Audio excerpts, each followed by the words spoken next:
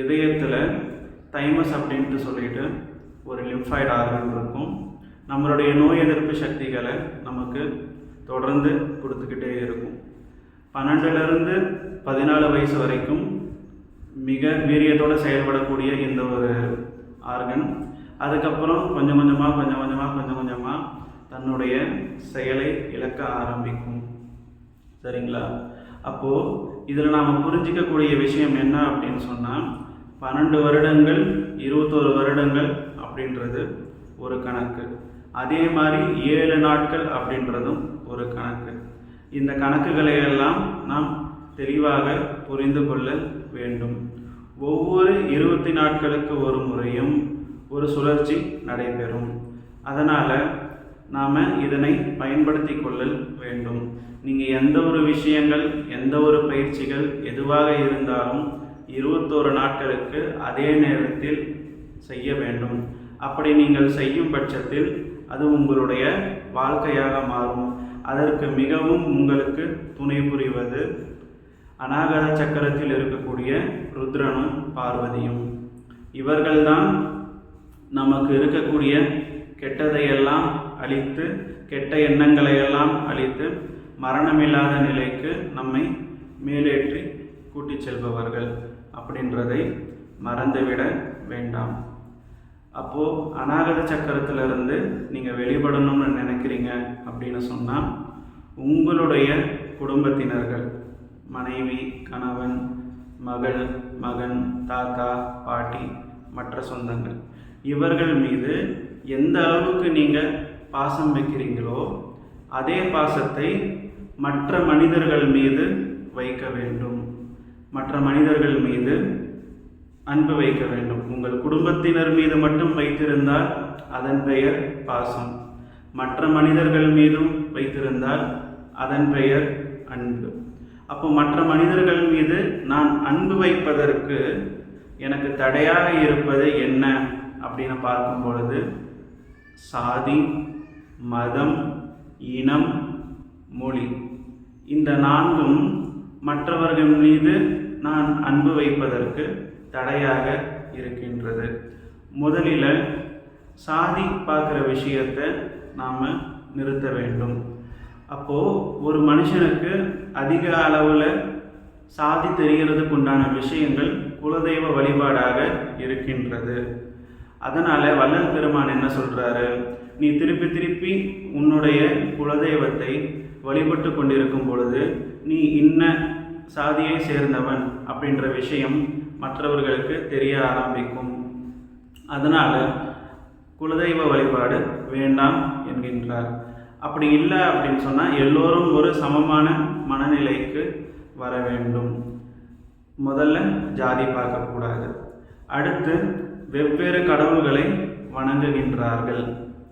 இப்போ ஒருத்தர் வந்துட்டு சிவனை வணங்குவார், ஒருத்தர் இயேசுவை வணங்குவார், ஒருத்தர் அல்லாஹ்வை வணங்குவார், புத்தர், மகாவீரர், இன்னும் நிறைய கடவுள்கள் இருக்காங்க.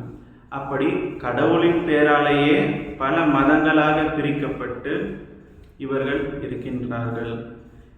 ஏக இறைவன் ஒருவர் தான். ஏன்னா எந்த மதங்களை வேணும்னாலும் நீங்கள் எடுத்து பாருங்கள், அவைகளுக்குள்ள ஒற்றுமை இருக்கும். எந்த எண்ணத்திலிருந்து அந்த மதம் உருவாகின்றதோ அதை பொறுத்தே அந்த மதத்தினுடைய நிறங்களும் அமையும். சரி, எந்தெந்த மதங்கள் எப்படி உருவானது அப்படின்றத நாம் இன்னொரு வீடியோவில் தனியாக பார்ப்போம். மறக்காமல் சப்ஸ்கிரைப் பண்ணுங்கள், பெல் ஐக்கானை கிளிக் பண்ணி வச்சுக்கோங்க. அப்போ தான் நான் போடுற வீடியோ உங்களுக்கு நோட்டிஃபிகேஷனாக வரும். அடுத்து சாதி வகையில் வித்தியாசம் இருக்கக்கூடாது, மதத்தின் பெயர்னால் வித்தியாசம் இருக்கக்கூடாது. அடுத்து இனத்தின் பெயரினால் எந்த ஒரு பிரிவினையும் வித்தியாசமும் இருக்கக்கூடாது. அதாவது தமிழினம் ஒரு தனி இனம், அதே மாதிரி ஒவ்வொரு ஸ்டேட்லேயும் ஒவ்வொரு இனக்குழுக்கள் இருக்கும். அதே மாதிரி நம்ம இந்தியாவை விட்டு நம்ம வெளியே போயிட்டோம்னு சொன்னால் அங்கே ஒரு இனக்குழுக்கள் இருக்கும். அப்படி இனக்குழுக்களினிடையே எந்த ஒரு வித்தியாசமும் பார்க்கக்கூடாது. அடுத்து மொழியின் ரீதியாக நான் தமிழ் மொழி பேசுகிறேன். தமிழர்களுக்கு என்றைக்குமே அவர்கள் மொழியின் மீது தீராத காதல் என்றைக்குமே இருக்கும். ஏன்னா நம்மளுடைய பெரியவர் அவர் என்ன சொல்லியிருக்காருன்னா, யாமறிந்த மொழிகளிலே தமிழ் மொழி போல் இனிதாவது எங்கும் காணீர் அப்படின்னு சொல்லியிருக்கார். அதே மாதிரி வெளிநாட்டில் இருந்தும் நிறைய பேர் நம்மளுடைய தமிழ்நாட்டுக்கு வந்து நம்மளுடைய தமிழ் மொழியினுடைய அருமை புரிஞ்சு தமிழை கற்று இங்கு தமிழ் மாணவன் உறங்கிக் கொண்டிருக்கிறான் அப்படின்னு தன்னுடைய கல்லறையிலும் எழுத வைத்துள்ளார்கள். அப்பேற்பட்ட மொழி தமிழ் மொழி. நமக்கு அந்த ஆணவமோ அந்த எல்லாம் இருக்கிறது ஒன்றும் இயல்பான விஷயம்தான். ஏன்னு கேட்டால், நெற்றிக்கண் திறப்பினும் குற்றம் குற்றமே அப்படின்னு கடவுளையே பார்த்து சொன்ன ஒரு இனம் நம்மளுடைய இனம். அந்த பெருமையும் அந்த திமிரும் இருப்பது தவறல்ல, இருக்கட்டும், நல்லது தான். அதே நேரத்தில் இந்த திமிரும் இந்த ஆணவமும் இந்த பெருமையும் நமக்கே எதிரானதாக மாறிவிடக்கூடாது. ஏன்னா வரும் காலகட்டங்களில் உலகமெங்கும் சன்மார்க்க ஆட்சி மலரும், அதில் எந்த ஒரு சந்தேகமும் வேண்டாம். ஆனால் அதே நேரத்தில் நாம் நம்மளுடைய மொழியின் மீது வைத்திருக்கக்கூடிய பற்று நம்மளுடைய பக்கத்தில் இருக்கவங்க நம்மளை வெறுப்பதற்குண்டான காரணமாக அமைந்து விடக்கூடாது. ஏன்னா நாம் கங்கையையும் வென்று இருக்கின்றோம். நாம் நம்மளுடைய முன்னோர்கள் சேரர்கள், சோழர்கள், பாண்டியர்கள், பல்லவர்கள் இவர்கள் எல்லோரும் கடல் கடந்து ஆட்சியை செய்திருக்கின்றார்கள், மக்களின் ஆதரவோடும் துணையோடும். அந்த நாள் ரொம்ப தூரத்தில் கிடையாது, ரொம்ப பக்கத்தில் தான் இருக்குது. மீண்டும் இறைவனுடைய பெரும் கருணையால் சன்மார்க்க ஆட்சி மலரும், அதில் எந்த சந்தேகமும் வேண்டாம். சரிங்களா? அப்போது சாதி, மதம், மொழி, இனம் இந்த எல்லா வேறுபாடுகளையும் நாம் தூக்கி எறிய வேண்டும். அப்படி எரிகின்ற பட்சத்தில் நமக்கு அனைத்து மனிதர்களும் ஒன்றாக தெரிவார்கள். அவர்களுள்ளே நாம் அருட்பெரும் ஜோதி இறைவனை காண்போம், நமக்குள்ளும் அருட்பெரும் ஜோதி இறைவனை காண்போம் அப்படின்றத நாம் புரிஞ்சுக்கணும். நான் சாதி வித்தியாசம் பார்ப்பேன், நான் என் மதத்தில் இருக்கிறவரை மட்டும்தான் நான் ஏற்றுப்பேன், மற்ற மதத்தில் நான் ஏற்றுக்க மாட்டேன் அப்படின்னு சொன்னீங்கன்னா ஒன்றும் கவலைப்பட வேண்டாம். உங்களோட வாழ்க்கையை இஷ்டத்துக்கு வாழுங்க.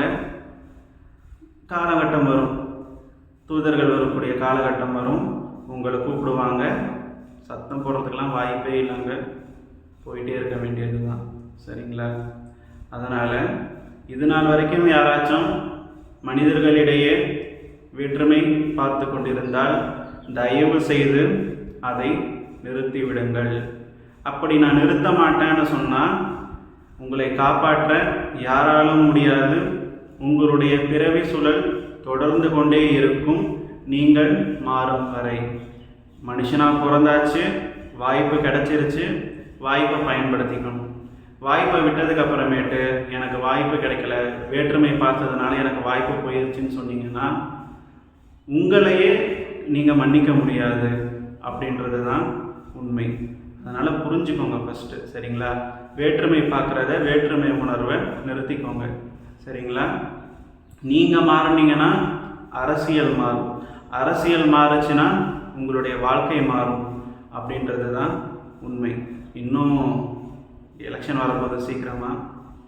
அதனால் நல்லா யோசித்து யாருக்கு வாக்களிக்கணும் அப்படின்றத யோசித்து வாக்களிங்க. ஏன்னா அப்போ தான் உங்களுடைய துன்பங்களும் துயரங்களும் மாறும். சரிங்களா? உலகமெங்கும் சன்மார்க்க ஆட்சியும் மலரும். அடுத்து இதுதான், இந்த ஒரு வித்தியாசம் எதுவும் பார்க்காம நம்ம இருந்தோம் அப்படின்னு சொன்னால், முதல்ல காலபைரவரும் சனீஸ்வரரும் நம்மை அழிக்கக்கூடிய நோக்கிலிருந்து நம்மை விடுவிப்பார்கள். அடுத்தபடியாக ருத்ரனும் பார்வதியும் ஒன்றிணைந்து மற்ற என்னென்ன தடைகள்லாம் இருக்குது அப்படின்னு பார்ப்பாங்க. அப்போது அனைத்து உயிர்களையும் நாம் ஒன்றாக நினைக்க வேண்டும்.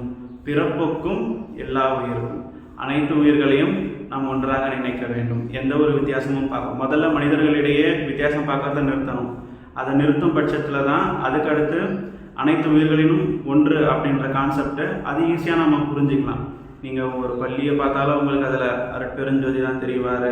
நீங்கள் நாயை பார்த்தாலும் உங்களுக்கு அருட்பெருஞ்சோதி தான் தெரிவார். அப்போது உங்களுடைய கருணை அந்தளவுக்கு பெருசாக இருக்கும். உள்ளம் பெருங்கோயில் அப்படின்ற கான்செப்டும் இங்கே தான் நமக்கு வருது. அப்போது சின்னதாக ரொம்ப குறுகி ரொம்ப இறுக்கமாக இருக்கக்கூடிய நம்மளுடைய உள்ளம் கொஞ்சம் கொஞ்சமாக விரிவடைஞ்சு ஒரு பெரிய கோயிலாக மாறும். முதல்ல நாம் ஒரு கோயிலை கட்டணும்னு சொன்னால் அதுக்கான இடத்த தேர்ந்தெடுக்கணும். இடத்தையே தேர்ந்தெடுக்காமல் நான் கோயில் கட்டுறதுக்கு நான் மெட்டீரியல் வாங்கி வச்சுருக்கேன் அப்படின்றது பயனில்லாத ஒரு விஷயம். அந்த மாதிரி தான் உங்களுடைய உள்ளம் ஒரு பெரும் கோயிலை கட்டுவதற்கான ஒரு இடம். இந்த மாதிரி வேற்றுமை பார்க்காமல் நீங்கள் எந்த அளவுக்கு மற்ற மனிதர்களிடமும் மற்ற உயிர்களிடமும் அன்போடு இருக்கின்றீர்களோ அதுவரையும் தான் உங்களுக்கு இந்த உள்ளம் விரிவடைந்து கொண்டே இருக்கும். ருத்ரனும் காளியும் உங்களுக்கு எதெல்லாம் மரணமில்லா பெருவாழ்வை நோக்கி செல்வதற்கு தடையாக இருக்கின்றதோ அதை எல்லாத்தையுமே அநாகத சக்கரத்திலிருந்து விலக்கி கொடுப்பாங்க. உதாரணத்துக்கு மூலாதார சக்கரத்தில் நமக்கு தடையாக இருப்பது உணர்வு. அப்போது அசைவ உணவை சாப்பிட்றது நிறுத்துறதுக்கு உண்டான என்னென்ன மன வலிமைகள் எல்லாம் வேணுமோ அதே மாதிரி எதிர்ப்பால் ஈர்ப்பு, ஆணுக்கு பெண் மேலே ஈர்ப்பு, பெண்ணுக்கு ஆண் மேலே ஈர்ப்பு, அப்புறம் பலர்பால் இருக்காங்க, அது மேலே இருக்கக்கூடிய ஈர்ப்பை எல்லாம் ருத்ரனும் பார்வதியும் விலக்கி கொடுப்பார்கள். அடுத்து நம்மளோட சுவாதிஷ்டானத்தில் நமக்கு தடையாக இருக்கிறது கல்வியினால் வரக்கூடிய ஆணவம். அப்போது இதையும் நமக்கு விலக்கி கொடுப்பார்கள்.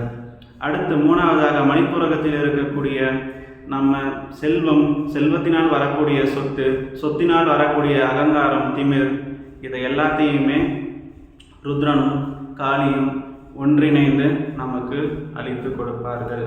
அப்போ கீழே இருக்கிற 3 கம்பார்ட்மெண்ட்டில் எந்த ஒரு குற்றமும் இல்லை. மேலே இருக்கிற என்னுடைய இதயத்தில் என்னுடைய மனசில் எல்லா மனிதர்களும் ஒன்று, எல்லா உயிரினமும் ஒன்று அப்படின்ற எண்ணம் ஈஸியாக உங்களுக்குள்ளே ஊற்றெடுக்கும் அப்படின்றது தான் உண்மை. அதனால் எல்லோரும் ஒன்று, அதுதான் உண்மை. நம்ம அம்மா வயிற்றுக்குள்ளே இருக்கும்போது நமக்கு எந்த ஒரு வித்தியாசமும் கிடையாது. வெளியே வந்ததுக்கு அப்புறமேட்டு தான் எல்லா வித்தியாசமும் நம்மளுடைய சமூகத்தினால் கொடுக்கப்பட்டது அப்படின்றத புரிஞ்சுக்கோங்க. சரிங்களா? நீங்கள் இந்த தமிழ்நாட்டுக்குள்ளே தான் இன்னும் சாதிங்கள். நீங்கள் தமிழ்நாட்டை விட்டு வெளியே போயிட்டீங்கன்னா நீங்கள் தமிழர்கள். அப்போது அடுத்து நீங்கள் சவுத் இந்தியாவை கிராஸ் பண்ணி நீங்கள் நார்த்துக்கு போயிட்டீங்கன்னா நீங்கள் வந்துட்டு தென்னிந்தியர்கள். நீங்கள் அந்த வட இந்தியாவையும் விட்டு இந்த நாட்டை விட்டு வெளியே போயிட்டீங்கன்னா நீங்கள் இந்தியர்கள்.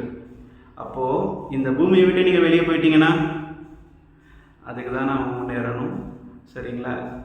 அப்போது நீங்கள் ஒரு இடத்துலேருந்து வெளியே போக உங்களுக்கான பொது பெயர் பெருசாகிட்டே போகும், விரிவடைஞ்சிட்டே போகும் அப்படின்றது தான். அதனால் எந்த ஒரு வித்தியாசமும் பார்க்காதீங்க. யாரோடைய எந்த வேற்றுமையும் காட்ட வேண்டாம். அவரவர்கள் அவங்களுக்கு பிடிச்ச இறைவனை வணங்கட்டும். உங்களோட ஃபோக்கஸ் ஒன்று மட்டும்தான், மரணமில்லா பெருவாழ்வை அடையணும். அதற்கு தடையாக இருக்கக்கூடிய வேற்றுமைகளையும் மற்ற எண்ணங்களையும் விலக்கி என்னுடைய குடும்பம் ரொம்ப பெரிய குடும்பம் அப்படின்றத புரிஞ்சுக்கிட்டு வீரநடை போட்டு செல்லுங்கள். ஏக இறைவன் நமக்கு துணையாக இருந்து மரணமில்லாத நிலையை நாம் அடைய நமக்கு உதவி செய்வார் என்ற உறுதியோடு உங்களிடமிருந்து வணங்கி விடை பெறுகிறேன். நன்றி, வணக்கம்.